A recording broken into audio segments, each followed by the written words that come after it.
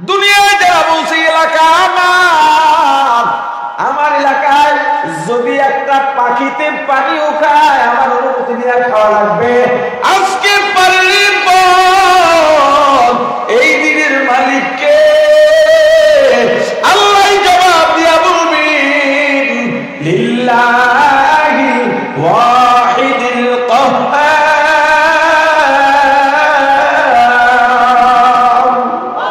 এই দিনের মালিকানা, এই দিনের পাওয়ার, এই দিনের প্রভাব একমাত্র আল্লাহর জন্য। সাবাবাজি করবা, দুনিয়ায় টেবিল চাপড়াইয়া গলার আওয়াজ জোর দিয়া সত্যকে সাময়িক সময়ের জন্য মিথ্যা বানানো যায়, মিথ্যাকে ধামা চাপা দেওয়া যায়, সাংবাদিকের পকেটে 2 টাকা ঢুকাইয়া মিথ্যা সংবাদ প্রচার করা যায়, মিথ্যা মামলায় ফাঁসাইয়া নির্দোষ ফাঁসির কাস্টে ঝুলানো যায়। কিন্তু কিয়ামতের ময়দানে চাপাবাজি চলবে না, মাস্তানিও চলবে না। গলাবাজি করবা, চাপাবাজি করতে যাইবা, আল্লাহ জবানের মধ্যে মোহর মেরে দেবেন। اليوم نختم على أفواههم وتكلمنا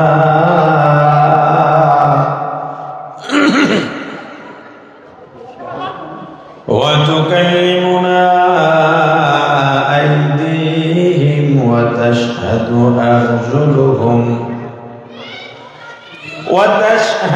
أرجلهم بما كانوا يكسبون।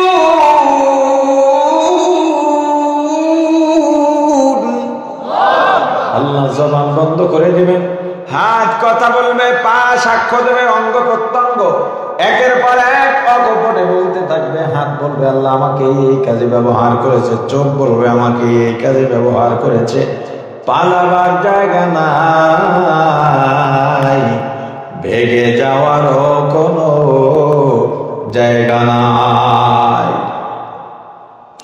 প্রাণের ভাই আমার, সূরাতুল ফাতিহা তেলাওয়াত করেছি। এমন কোন নামাজ নাই যেই নামাজে সূরা ফাতিহা নাই। ক্বালান নবী সাল্লাল্লাহু আলাইহি ওয়াসাল্লাম লা সালাতা ইল্লা বিফাতিহাতিল কিতাব আও কামা ক্বালান নবী আলাইহি সালাতু ওয়াসসালাম। আমার রাসূল বলেছেন নামাজ আছে তো সূরা ফাতিহা আছে, সূরা ফাতিহা নাই ওইটার নামাজও না। কিন্তু একটা সুয়ালে মুকদ্দারের জবাব দেয়া যায়। এই হাদিসের দ্বারা আমাদের একদল ফিরকা, আমাদের ভাই, তারাও দ্বীনের কথা বলেন, তরিকা ভিন্ন। কথা বলেন কিসের? বলেন কিসের কথা? তরিকা, তরিকাটা সঠিক না। আমাদের লা মাযহাবি আহলে হাদিস ভাইরা এই হাদিসের বরাত দিয়া বলে জানাজায় সূরা ফাতিহা পড়া লাগবে। আপনাদেরকে বলি, মানুষ মারা গেলে জানাজা পড়ি কিনা? সবাই পড়েন না? পড়ি। জানাজায় ফরজ কয়টা বলেন?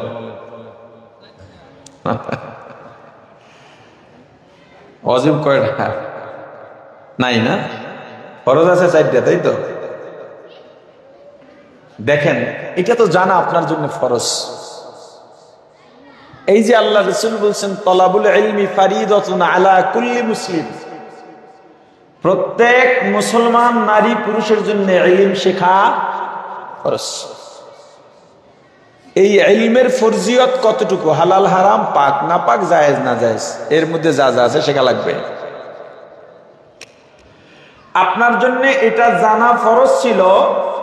জানা যায় কয়টা ফরজ, কয়টা ওয়াজিব, কয়টা সুন্নত, কয়টা মুস্তাহাব, বা কি কি আছে কি কি নাই, কিন্তু আপনি জানেন না। আবার বড় গলায় কোন হুজুরকে আগে জান্নাতে যামু, সব ভেজাল হুজুরকে মধ্যে, হুজুরেই খালি মাসলা ঘুরায়, কথা কয় না।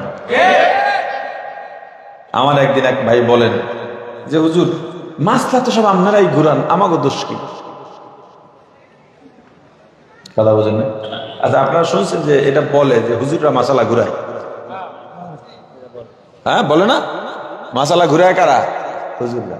আচ্ছা, মাসালা জানে হুজুররা, তাই ঘুরাইবে নামনে? কথা বলে না। যেমন একটা সহজ উদাহরণ দিই। বেসিক মাসালা, নর্মাল মাসালা যেটা, নামাজ দাঁড়ায়া পড়া ফরজ। নামাজ দাঁড়ায়া পড়া ফরজ। মাসআলা সবসময় মূলের উপরে হয়। প্রসাব করবে বসে বসে, এখন যদি দাঁড়াইয়াও প্রসাব করা যায়, এই কাউন্টার যৌক্তিক না।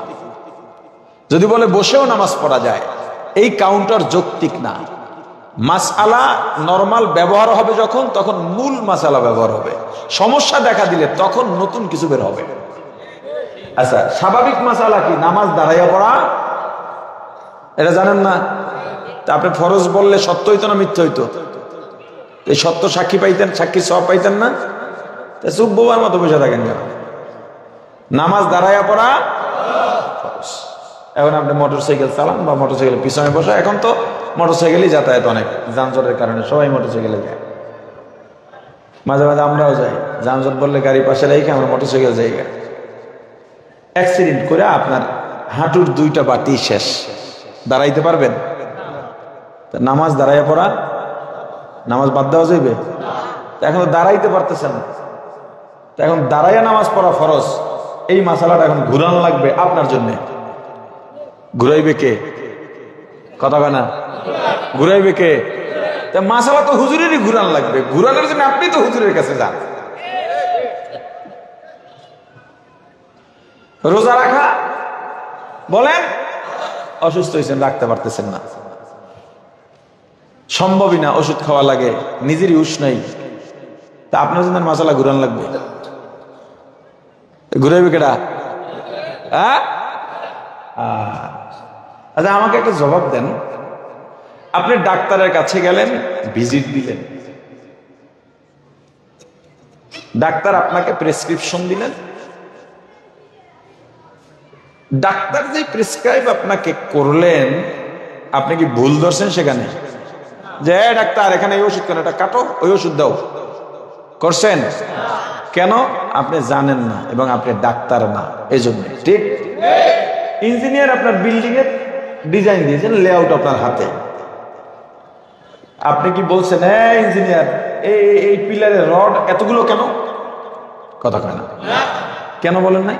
আপনি ইঞ্জিনিয়ার না এবং এই কাজ আপনি জানেন। এই সাধারণ মোবাইল সার্ভিসের দোকানে গেলেন সার্ভিসিং করতে, যে আমার এই স্ক্রিনটায় আলো জ্বলে না, উনি বলল যে ডিসপ্লে পাল্টানো লাগবে, কত টাকা? এত টাকা। টাকা দিয়ে মোবাইল রেখে চলে এলেন। আপনি ঝগড়া করছেন? দরদাম করতে পারছেন হয়তো, কিন্তু আপনি দিয়ে এলেন কেন? আপনি সার্ভিসিং করতে জানেন না, সার্ভিসার না, এজন্যে আপনি তার কাছে কোনো তর্ক না করে মোবাইল দিয়ে আসছেন সারার জন্যে। তাহলে আপনি আলেম না, আলেমের ভুলটা ধরেন কেন? নরম পাইছেন না? নরম পাইছেন। হুজুরদের ভুল ধরা যাবে না। তাহলে হুজুরে ভুল করলে কি করবেন? হুজুরের সঙ্গে গিয়ে আলাপ করবেন। হুজুর, আমি তো সাধারণ মানুষ, আমার নজরে এইটা পড়ছে,